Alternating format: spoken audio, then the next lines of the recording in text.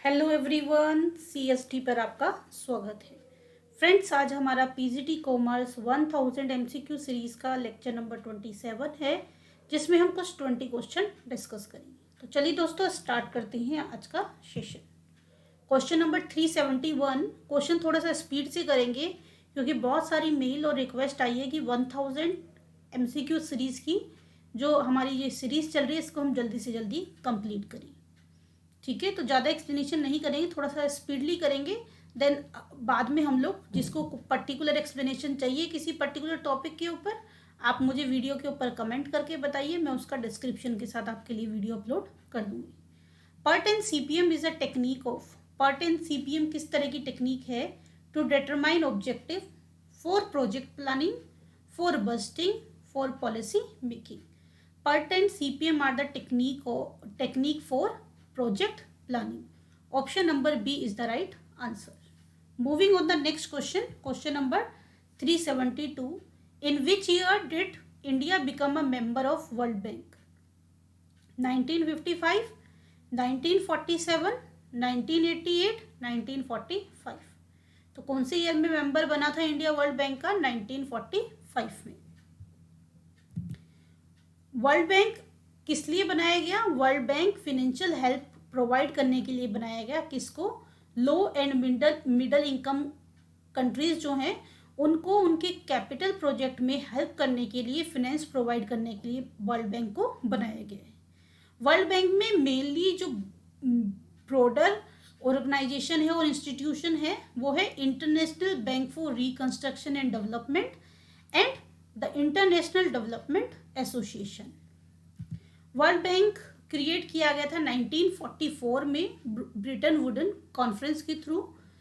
इसका जो हेडक्वार्टर है वो वाशिंगटन डीसी यूएसए में है। इसके जो प्रेसिडेंट हैं वो डेविस मालपास हैं। इनिशियली 2 इंस्टीट्यूशन के साथ इसको बनाया गया था, लेकिन आज की डेट में ये 5 इंस्टीट्यूशन इसके साथ एसोसिएटेड है। First one is international bank for reconstruction and development, जिसकी 188 कंट्री मेंबर हैं। इंटरनेशनल डेवलपमेंट एसोसिएशन, जिसकी 172 कंट्रीज मेंबर हैं। International financial corporation, multilateral investment guarantee agency, international centre for settlement of investment dispute. अगर हम top 10 और top 5 countries की अगर बात करेंगे तो इंडिया भी बहुत बड़ा बोरोवर है, जिसने अपने बहुत सारे प्रोजेक्ट के लिए वर्ल्ड बैंक से लोन लिया हुआ है। Moving on the next explanation, next question, what does the problem of balance of payment arises? Balance of payment की प्रॉब्लम कब अराइज होती है? सी, बैलेंस ऑफ पेमेंट, पहले तो ये पता होना चाहिए आपको होता क्या है। बैलेंस ऑफ पेमेंट एक स्टेटमेंट है जिसमें हम दूसरी कंट्रीज के साथ जो ट्रांजेक्शन्स होती हैं उनको रिकॉर्ड करते हैं। यानी कि वो ट्रांजेक्शन किसी भी टाइप की हो सकती हैं। इंपोर्ट एंड एक्सपोर्ट हो सकता है, import and export of goods and services, of goods and services. इसके अलावा दूसरी कंट्रीज से लोन टेकन और लोन गिवन हो सकता है। बायलेटरल ट्रांसफर हो सकता है, यूनिलेटरल ट्रांसफर हो सकते हैं। यानी कि किसी भी तरह से पैसा गया और आया, जहाँ पे भी ट्रांजेक्शन हुई 2 कंट्री के बीच में, वो सारी रिकॉर्डिंग कहाँ की जाती है? बैलेंस ऑफ पेमेंट में। ठीक है, बैलेंस ऑफ पेमेंट का एक पार्ट बैलेंस ऑफ ट्रेड भी होता है।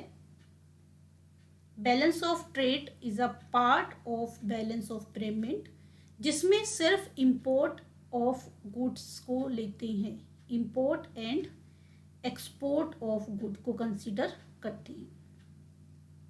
इंपोर्ट से क्या होता है? कैश का आउटफ्लो होता है, और एक्सपोर्ट से क्या होता है? इनफ्लो होता है। यानी कि अगर एक्सपोर्ट मोर होंगे तो हमारा बैलेंस ऑफ पेमेंट अच्छा रहेगा, इंपोर्ट लेस होंगे तो हमारा बैलेंस ऑफ पेमेंट अच्छा रहेगा। अब अपने क्वेश्चन पे आते हैं। When does the problem of balance of payment arises? यानी कि उसमें बैलेंस कब नहीं रहेगा, इनडायरेक्टली ये पूछ रहा है। Only when import is more than export, अगर इंपोर्ट एक्सपोर्ट से ज़्यादा होंगे। व्हेन इंपोर्ट डिक्रीज, अगर इंपोर्ट डिक्रीज होंगे। देखिए, अगर इंपोर्ट डिक्रीज होंगे तो बैलेंस ऑफ पेमेंट फेवरेबल बनेगा। एक्सपोर्ट डिक्रीज होंगे तो ये प्रॉब्लम हो सकती है। When export increases, export increase होंगे तो भी प्रॉब्लम नहीं होगी। अब ए और सी में से अगर आप बेस्ट आंसर चूज करोगे तो प्रॉब्लम कब अराइज होगी, क्योंकि इसमें दोनों चीज़ों को कंपेरेटिव लिखा हुआ है। अगर इंपोर्ट ज़्यादा होंगे और एक्सपोर्ट कम होंगे तो बैलेंस ऑफ पेमेंट कैसा रहेगा, निगेटिव रहेगा। निगेटिव रहेगा जो कि किसी भी कंट्री के लिए अच्छा नहीं है। तो इसलिए अगर इंपोर्ट मोर है एक्सपोर्ट से तो problem of balance of payment arise होगी। Option number A is the right answer. Clear? Now moving on the next question, question number 374। How many years does the World Bank provide long term loan to developing member company? जितनी भी developing member countries हैं यानी कि विकासशील सदस्य देश हैं, उनको मैक्सिमम लॉन्ग टर्म का जो लोन दिया जाता है वो कितने टाइम पीरियड के लिए दिया जाता है? वो दिया जाता है 40 ईयर्स के लिए। Option number C is the right answer. Moving on the next question, question number 375। Which of the following is not nature of planning? इसमें से कौन सा नेचर ऑफ प्लानिंग नहीं है? Planning relates to all manager होता है। Planning is a continuous process obviously. Planning makes venture for future, planning जो है फ्यूचर वेंचर के लिए की जाती है। Planning is status quo, status Q का मतलब क्या होता है? किसी सोशल या पॉलिटिकल इशू की ही प्लानिंग की जाती है। तो this is not true for planning, यानी कि option number D is the right answer. Clear? Now moving on the next question, question number 376। Potential paradigm of leadership was established by? नेतृत्व का संभावित प्रतिमान किसके द्वारा स्थापित किया गया है? तो किसने किया है ये? F.E. फेडलर। Option number B is the right answer. Moving on the next question, question number 377। SBI life is a dash company? SBI life government company है, LIC सब्सिडरी है, प्राइवेट है, स्टेटरी है? देखिए जो SBI है वो एक प्राइवेट कंपनी, SBI लाइफ की बात हो रही है यहाँ पे, SBI बैंक की बात नहीं हो रही है। These are the top 10 LIC company in India. LIC life insurance corporation of India, ICICI Prudential life insurance, HDFC Standard life insurance, Max life insurance, SBI life insurance, Bajaj Allianz life insurance. इसका HDFC का तो name भी change हो गया है, ERGO करके something इस तरह से नाम चेंज कर दिया थोड़ा सा उन्होंने। टाटा, फिर टाटा का है, रिलायंस का है, भारती का है, आदित्य बिरला वालों का है। तो ये टॉप 10 है। अब क्वेश्चन अराइज होता है बहुत सारे लोगों के मन में कि भाई SBI तो गवर्नमेंट कंपनी है, स्टेचुरी बॉडी है, तो ये प्राइवेट कैसी हो गई? यहाँ पे हम SBI बैंक की बात नहीं कर रहे, SBI लाइफ की बात कर रहे हैं।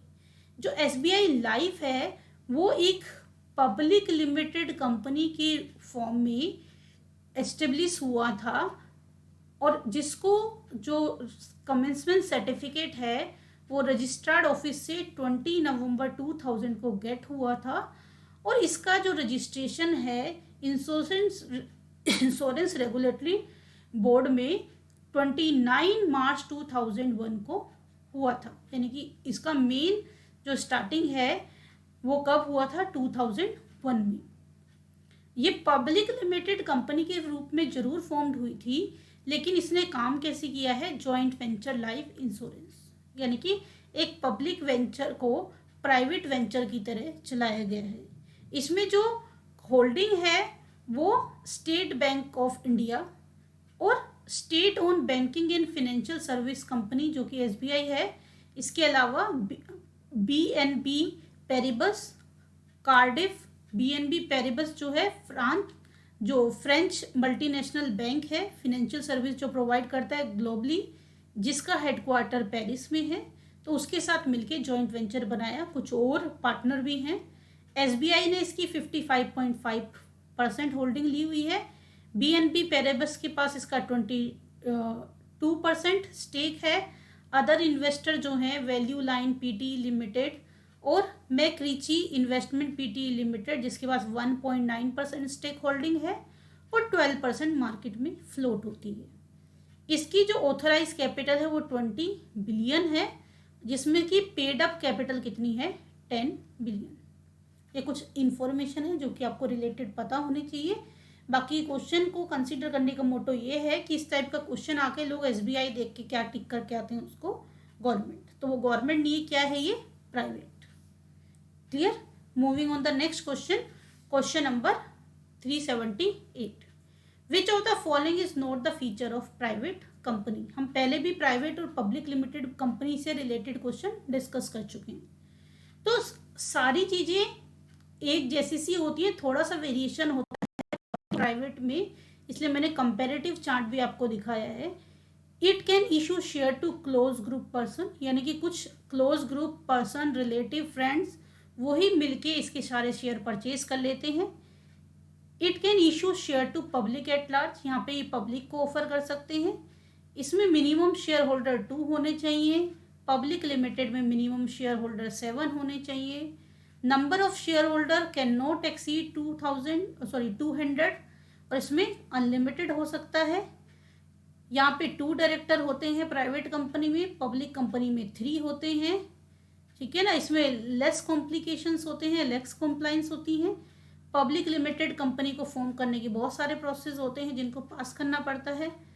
पब्लिक प्राइवेट कंपनी के शेयर ट्रांसफरेबल नहीं होते और पब्लिक लिमिटेड कंपनी के शेयर ट्रांसफरेबल होते हैं। यहाँ पे मैंने क्वेश्चन, अगर आप पिछले लेक्चर देखोगे तो वहाँ पे जो कंफ्यूजन होता है as per companies act 2013 and companies rule 2014 का जो कंफ्यूजन है वो भी समझाया हुआ है। कोई कंफ्यूजन हो तो आप वो लेक्चर देख सकते हैं। अब यहाँ से पूछा कि कौन सा फीचर नहीं है प्राइवेट कंपनी का। सेपरेट लीगल एंटिटी होती है, separate legal entity, unlimited liability, share are not transferable, none of this. देखिए, अगर हम इस क्वेश्चन की बात करें, ये पेपर में आया क्वेश्चन है, विच of the following is not the feature of private company. Private company में अनलिमिटेड लाइबिलिटी नहीं होती, लाइबिलिटी उनके शेयर तक ही लिमिटेड होती है। पार्टनरशिप में अनलिमिटेड होती है, लिमिटेड लाइबिलिटी पार्टनरशिप में इन्वेस्टमेंट की अमाउंट तक लिमिटेड होती है, या जितनी गारंटी दी हुई है वहां तक लिमिटेड होती है।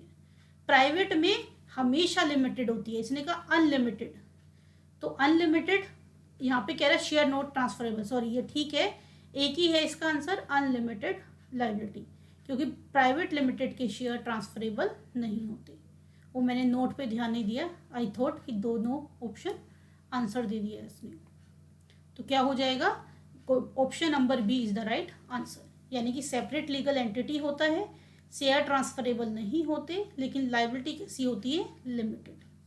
Moving on the next question, question number 379, a managerial grid model of leadership has been developed. Managerial grid model किसने बनाया था, by Blake and Mouton. Option number B is the right answer. Moving on the next question, question number 380, rationalisation include judicial use of currency.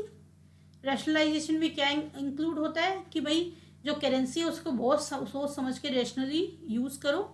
Scientific management, project management, all of the above.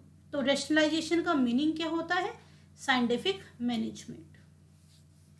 Moving on the next question, question number 381, planning process is realisation of opportunity, determination of objective, evaluation of option, determination of sequence of process, the correct sequences. ये 4 चीजें आपको planning process के बारे में दी हुई हैं। आपसे पूछा है इनको सीक्वेंसली लिखो, पहले क्या होता है, बाद में क्या होगा, कौन सा सीक्वेंस सही है। ये आपको 4 ऑप्शन गिवन है इसमें, तो आपको बताना है इसमें से कौन सा सीक्वेंस सही है। First one is realisation of opportunity, यानी अवसरों को ढूंढना, अपॉर्चुनिटी को ढूंढना, उनको पता लगाना कौन सी अपॉर्चुनिटी है। डिटर्मिनेशन ऑफ ऑब्जेक्टिव, फिर ऑब्जेक्टिव सेट करना। इवेल्युएशन ऑफ ऑप्शन, ऑप्शनों को देखना, इवेल्युएट करके कौन बेटर ऑप्शन है, किसमें हम लोग आगे प्लानिंग कर सकते हैं। Determination of sequence of process, और फिर जो प्रोसेस है उसकी रैंकिंग करना, सीक्वेंसिंग करना कि पहले क्या करना चाहिए और बाद में क्या करना चाहिए। तो ये जो गिवन सीक्वेंस है यही करेक्ट है, यानी कि आंसर हो जाएगा first, second, third and fourth, यानी कि option number A is the right answer. Given sequence is correct, इसको चेंज करने की नीड नहीं है, प्लानिंग प्रोसेस का यही सीक्वेंस रहता है। Moving on the next question, question number 382, match the following, planning, staffing, direction, controlling, और दूसरी साइड क्या है, ट्रेनिंग, फोरकास्ट, इवेल्युएशन, मोटिवेशन।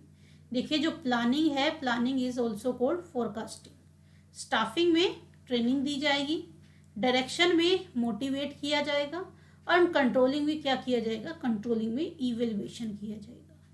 यानी कि ए की मैचिंग सेकेंड के साथ, बी की मैचिंग फर्स्ट के साथ, डी की मैचिंग फोर्थ के, सी की मैचिंग फोर्थ के साथ, एंड डी की मैचिंग थर्ड के साथ। कौन सा ऑप्शन सही हो जाएगा, option number B is the right answer.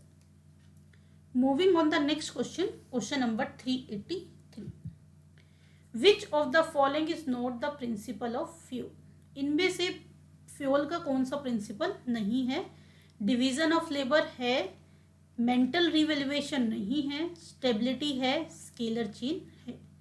तो नोट पूछा है हमसे, कौन सा नहीं है, तो कौन सा नहीं है, option number B is the right answer.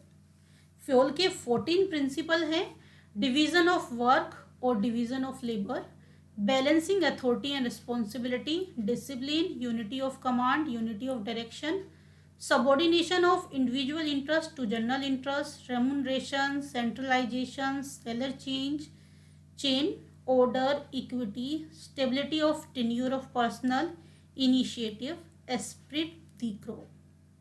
ठीक है, तो यहाँ पे कौन सा नहीं था, ऑप्शन नंबर बी। ये फ्यूल का प्रिंसिपल का भी क्वेश्चन इंपॉर्टेंट है, बहुत बार आता है, किसी ना किसी फॉर्म में आ ही जाता है। Question number 384, which of the following is not capital expenditure. Capital expenditure, देखिए एक्सपेंडिचर दो टाइप के होते हैं, एक होते हैं रेवेन्यू एक्सपेंडिचर और एक क्या होते हैं, कैपिटल एक्सपेंडिचर। रेवेन्यू एक्सपेंडिचर वो एक्सपेंडिचर होते हैं जो रिपीटेड नेचर के होते हैं, फर्स्ट थिंग, यानी कि बार बार करने पड़ते हैं, इसका फायदा जो है शॉर्ट टर्म में ही मिलता है। आप एक बार रेवेन्यू नेचर के एक्सपेंडिचर करते हो तो उसका एडवांटेज आपको विद इन 1 और 2 ईयर ही मिलता है। और कैपिटल एक्सपेंडिचर नॉन रिपीटेड होते हैं, एक बार एक्सपेंडिचर करके आप उसका advantage long period of time तक लेते हैं। क्लियर है बात। रेवेन्यू एक्सपेंडिचर रिपीटेड और रिकरिंग नेचर के होते हैं, बार बार करने पड़ते हैं, शॉर्ट टर्म एडवांटेज मिलता है इनसे। Capital expenditure huge amount expand करनी पड़ती हैं, नॉन रिपीटेड और नॉन रिकरिंग नेचर के होते हैं, और इससे लॉन्ग टर्म एडवांटेज मिलता है, यानी कि एक बार एक्सपेंडिचर करके लंबे पीरियड तक उसका फायदा उठाते हैं। तो आपसे पूछा हुआ है विच of the following is not capital expenditure, इनमें से कौन सा कैपिटल एक्सपेंडिचर नहीं है। Paid ₹30,000 for production of duty on produce paid ₹30,000 for production duty on production of sugar होना चाहिए, प्रोड्यूस नहीं होगा, प्रोडक्शन ऑफ शुगर के प्रोडक्शन पर अपने प्रोडक्शन ड्यूटी दी है। तो ये तो जब भी शुगर प्रोड्यूस करोगे तब देना पड़ेगा, यानी कि कैसे नेचर की है ये, रेवेन्यू नेचर की। Paid ₹1 lakh for the purchase of agriculture firm, agriculture firm खरीदी है, रोज रोज खरीदने का आपका बिजनेस नहीं है, आपने खरीदी है, कैपिटल नेचर। गवर्नमेंट लोन में 50,000 इन्वेस्ट किए हैं, capital nature. Paid ₹70,000 for the construction of railway track का कंस्ट्रक्शन किया गया है, कैपिटल नेचर। हमसे पूछा था कौन सा कैपिटल नेचर का नहीं है, कौन नहीं है, option number A is the right answer. Clear. Now moving on the next question, question number 385, which account is credited in the entry of bad and doubtful debts. Bad and doubtful debts की क्या entry होती है, bad debts account debit, bad debts account debit to debtors account. अब आपसे पूछा है bad and doubtful debts में किसको क्रेडिट किया जाएगा? तो कौन सा अकाउंट क्रेडिट किया गया है? Debtor account. Option number A is the right answer. Moving on the next question, question number 386, double entry system hold the record of. Double entry system method में किसकी अकाउंट का रिकॉर्ड किया जाता है? Real account, yes, personal account, nominal account, all of the above. तो तीनों के तीनों का किया जाता है, तो हमारा आंसर क्या हो जाएगा? Option number D. Double entry system में रियल अकाउंट, पर्सनल अकाउंट और नॉमिनल अकाउंट तीनों की एंट्री की जाती है। रियल अकाउंट क्या होता है? सारी एसेट्स के अकाउंट रियल अकाउंट होते हैं एक्सेप्ट डेटर। पर्सनल अकाउंट सारे के सारे आर्टिफिशियल और जो नेचुरल पर्सन है उनके अकाउंट पर्सनल अकाउंट है। Beside this outstanding expenses, prepaid expenses, accrued income, unearned income, debtors, creditors, drawings, capital, ये कैसे अकाउंट है? पर्सनल। और नॉमिनल अकाउंट कैसे होते हैं? नाम मात्र के खाते, मीन्स जो किसी पर्टिकुलर पर्पस के लिए क्रिएट होते हैं और पेमेंट होते ही एंड हो जाते हैं। सारे के सारे expenses and losses, income and gain account क्या है? Nominal account. क्लियर है? Now moving on the next question, question number 387, net profit plus non cash expenses is equal to.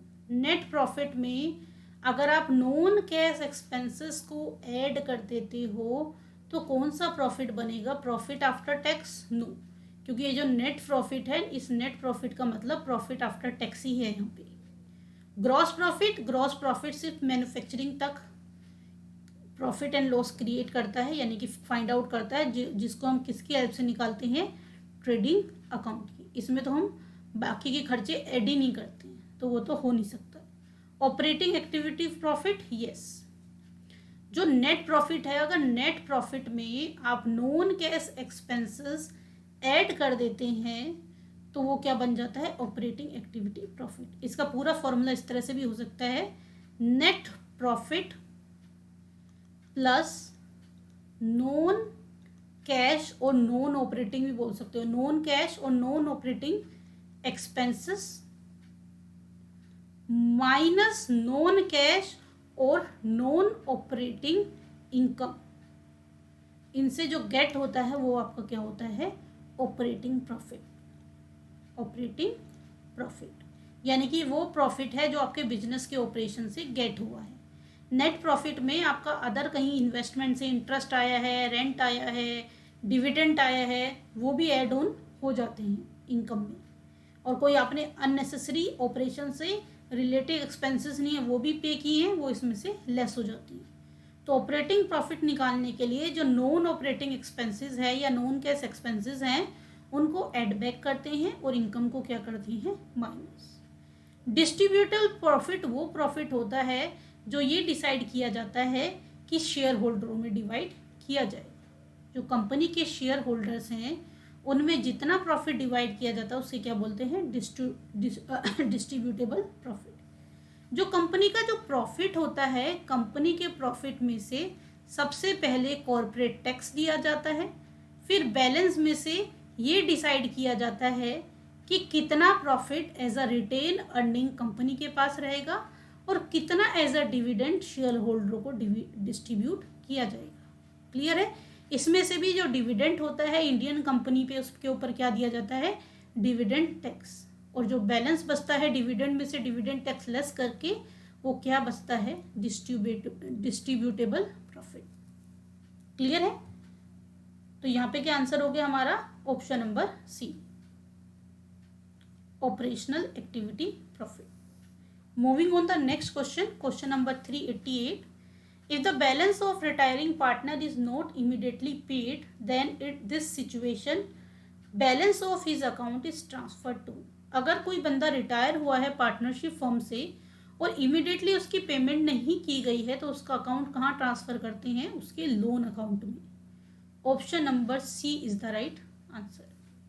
Moving on the next question, question number 389. The AS 14 is, जो accounting standard 14 है, लेखान क्रमांक 14 और AS 14 वो किस लिए होता है? Accounting for government grant, accounting for amalgamation, accounting for investment, intangible accounting of asset. देखिए AS14 ट्रीट क्या करता है, किस चीज के बारे में है, किसकी इन्फो देता है? Treatment of accounting for amalgamation.